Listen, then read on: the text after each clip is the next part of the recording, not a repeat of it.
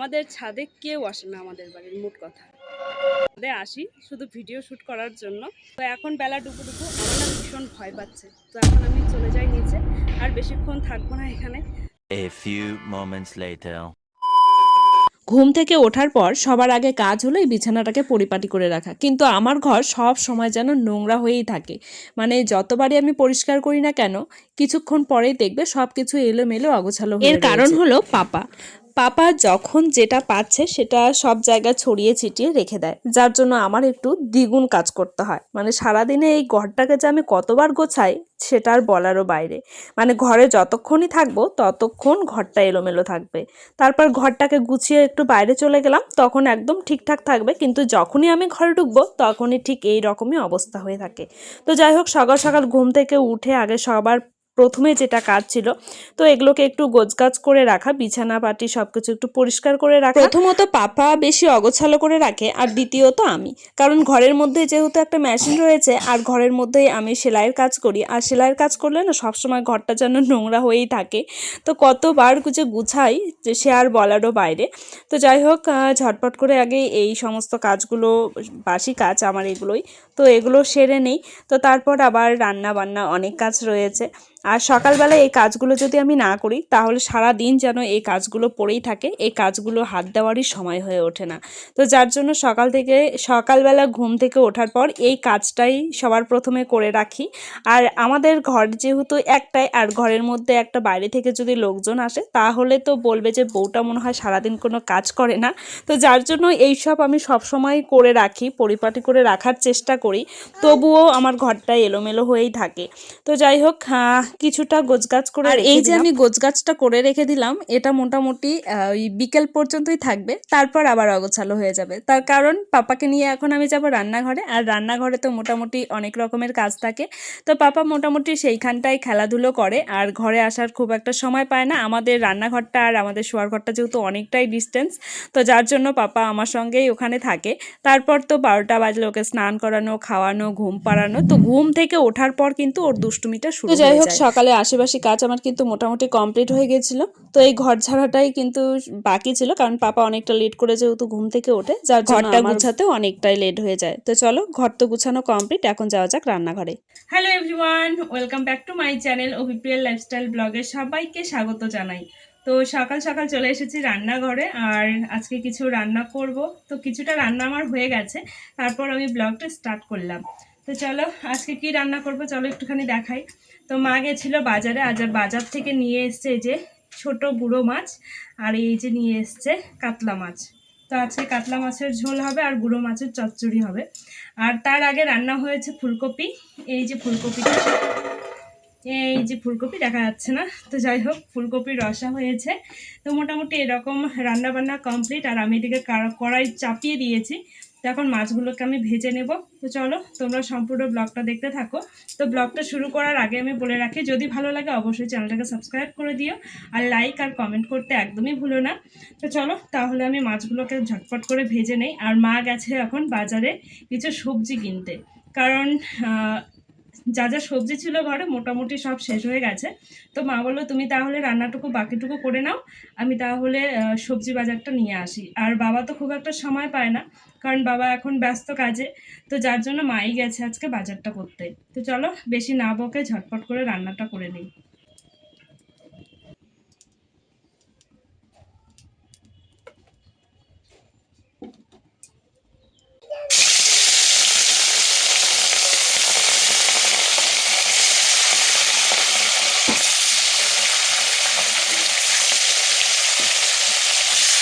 তো চলো, মাছ ভাজতে ভাজতে একটা গল্প মনে পড়ে গেল। এই যে ছোট্টবেলায় সবার প্রথমে যখন আমি রান্না শিখছিলাম, তো তখন কিন্তু এরকম মাছ দিয়ে আমি ঝেড়ে দৌড় দিতাম, মানে দরজারও বাইরে চলে যেতাম, কারণ তেল ছিটে আসবে জন্য। আর এখন দেখো, মানে সমস্ত কিছু রান্না যেন খুবই পরিপাটি করে করা শিখে গেছি। আর এখন আমি তেল ছেটারও ভয় পাই না, মনে হয় তেল আমাকে দেখে ভয় পায়, তো এরকমটা ব্যাপার। তো যাই হোক, তেল কখনোই ভয় পায় না, আমি মোটামুটি ভয় পাই এখনো।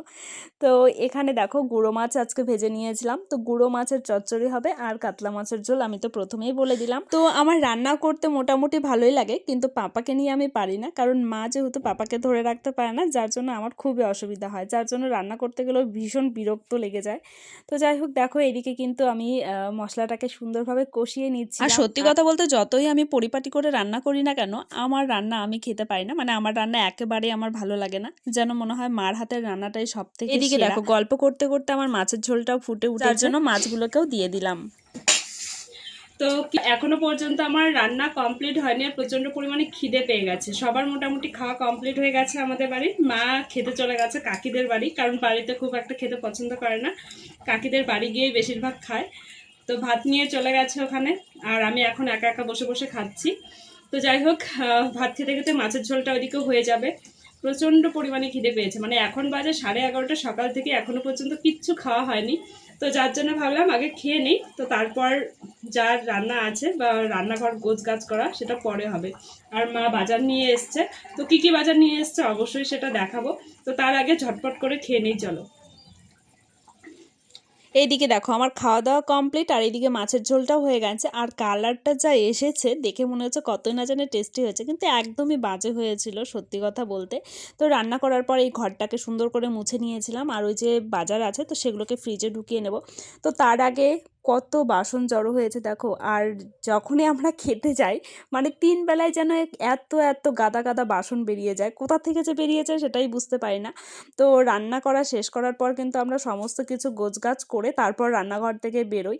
তো এখানে কতগুলো বাসন দেখেছো, এগুলো সব কিছু মাজা ঘষা করার পর পাপাকে ঘুম পাড়িয়ে দেবো। আর এইদিকে আমার শ্বশুরমশাই চলে এসেছিল। তো আমাদের বাড়ির সব থেকে বড় কাজ হলো এই খাওয়া দাওয়ার পার্টটা। তো এই খাওয়া দাওয়ার পার্টটা শেষ হয়ে গেলে কিন্তু আমাদের সেরকম কোনো কাজ নেই, নিজস্ব যদি কোনো কাজ থাকে তাহলে সেটাই কাজ থাকবে, আর তারপর আবার বিকেল থেকে আমাদের শুরু হয় কাজ। তো যাই হোক, দেখো এদিকে কিন্তু আমার বাসনগুলো মাজা ঘষা সব কিছু কমপ্লিট মোটামুটি, আর আমার শ্বশুরমশাইকেও খেতে দিয়ে আসলাম। সময়ের কাজ যদি সময়ে না করি তাহলে কিন্তু একেবারেই ভালো লাগে না, আর এই বাসনকোসন যদি আমি এখানে রেখে দিই সারাদিন এখানে পড়ে থাকবে, ওই সন্ধ্যার সময় মাজা ঘষা হবে। তো যার জন্য যখন মানে যে কটা বাসনই বেরোক না কেন তখন সাথে সাথে আমরা মাজা ঘষা করে রেখে দিই। সো গাইস, রান্না বাড়া সব কিছু কমপ্লিট। দুপুরবেলা বসেছিলাম একটু লাইভে, তো এখন আমি এই যে ড্রেস বানাতে লেগে পড়েছি। তো আজকের গুপি ড্রেসটা একটু অন্যরকম।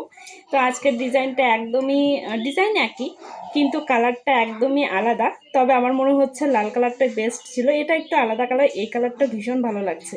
তো দেখা যাক আমি কতটা করতে পারি, কতটা কি বানাতে পারি। আর এটা যেহেতু যাচ্ছে একদম পাড়েরটা, আর এটা হচ্ছে মাঝখানেরটা। তো এটা যখন আমি ফাইনাল লুকটা বানাবো তো তখনই কিন্তু বোঝা যাবে যে কতটা সুন্দর হবে। এখন মিগিন খাবে, আর আমার ছেলে ওখানে বসে আছে আর বসে বসে বলছে যে এখন ম্যাগি খাবে। তো আজকে একটা টেবিলটাকে বের করেছি, যেহেতু টেবিলটা সামনে সবসময় রাখি না, কারণ ও ভেঙে ফেলার একটা ভয় আছে। তো সেখানে বসে বসে বলছে ম্যাগি খাবে। তো যাই হোক, চলো ঝটপট করে এই ড্রেসটা বানিয়ে নিই। তো ফাইনাল লুকটা কিন্তু অবশ্যই আজকের ব্লগে আমি দিতেও পারি, যদি এটা কমপ্লিট হয়ে যায়, আর যদি সময় পাই, মোট কথা অবশ্যই আমি এটার ফুল লুকটা দেব। তো চলো ঝটপট করে আগে বানিয়ে নিই, এখনও পর্যন্ত অনেকটা কাজ বাকি রয়ে গেছে। এই যে এটা হচ্ছে আজকের কোমরটা, যাচ্ছে ঠিক এই রকম ডিজাইনের। এই যে একটু পাতা পাতা রয়েছে, কিন্তু বেশ ভালো লাগছে আর কি। তো তোমাদের কেমন লাগছে একটু কমেন্ট করে জানাবে। কিন্তু আজকের এই লেসের সঙ্গে এটা একদম ম্যাচ হয়ে গেছে, মানে এটা ফুটছে না আর কি, তো যার জন্য একটু অন্যরকম হয়ে গেছে। তো চলো এটা বানিয়ে নিই, আর বানিয়ে নেওয়ার পর ফাইনাল লুকটা অবশ্যই শেয়ার করব সবার সঙ্গে। তো তার আগে তো বানিয়ে নিতে হবে, তাই না? সো হ্যালো এভরিওয়ান, এখন চলে এসেছি ছাদে, আর আমার আজকে ঘাগরার ডিজাইনটা দেখানোর জন্যই মেনলি আসা। তো প্রত্যেক দিনের মতন আজকেও আমি ছাদে এসেছি এই জন্যই যে আমার ঘাগরার ডিজাইনটা ঠিক আজকের কী রকম, আর আজকেটা ঠিক কতটা সুন্দর, তো সেটাই আজকে আমি দেখাবো। তো তার আগে চলো, আমি এসেছিলাম ছাদে, আর ছাদে এসে দেখছি একটা কাকু আর কাকিমা দুজনে মিলে বসে বসে ছাদে গল্প করছিল। তো যার জন্য আমি ভিডিও খুব একটা শ্যুট করতে পারলাম না আজকে। তো বিশেষ করে আমার লজ্জা লাগছিল, ঠিক আছে, ওদের সামনে তো কোনোদিনও ভিডিও করিনি, তো যার জন্য একটু লজ্জা লজ্জা বোধ হচ্ছিল। তো চলো, আমার ভিডিও করা মোটামুটি শ্যুট কমপ্লিট হয়ে গেছে। তো এখন আমি নিচে যাব। তো যাওয়ার আগে তোমাদের সাথে আমি এই ঘাগরার ডিজাইনটা আজকে শেয়ার করব। আর আজকের কালারটা খুব একটা ভালো না, মানে আমারও খুব একটা পছন্দ না, কিন্তু তোমাদের পছন্দ হবে কিনা আমি জানি না, কিন্তু তোমরা দেখে অবশ্যই সেটা কমেন্ট করে জানাবে। তো চলো ঝটপট করে ঘাগরার ডিজাইনটা দেখাই। তারপর তো এই যাচ্ছে ঘাগরার ডিজাইন।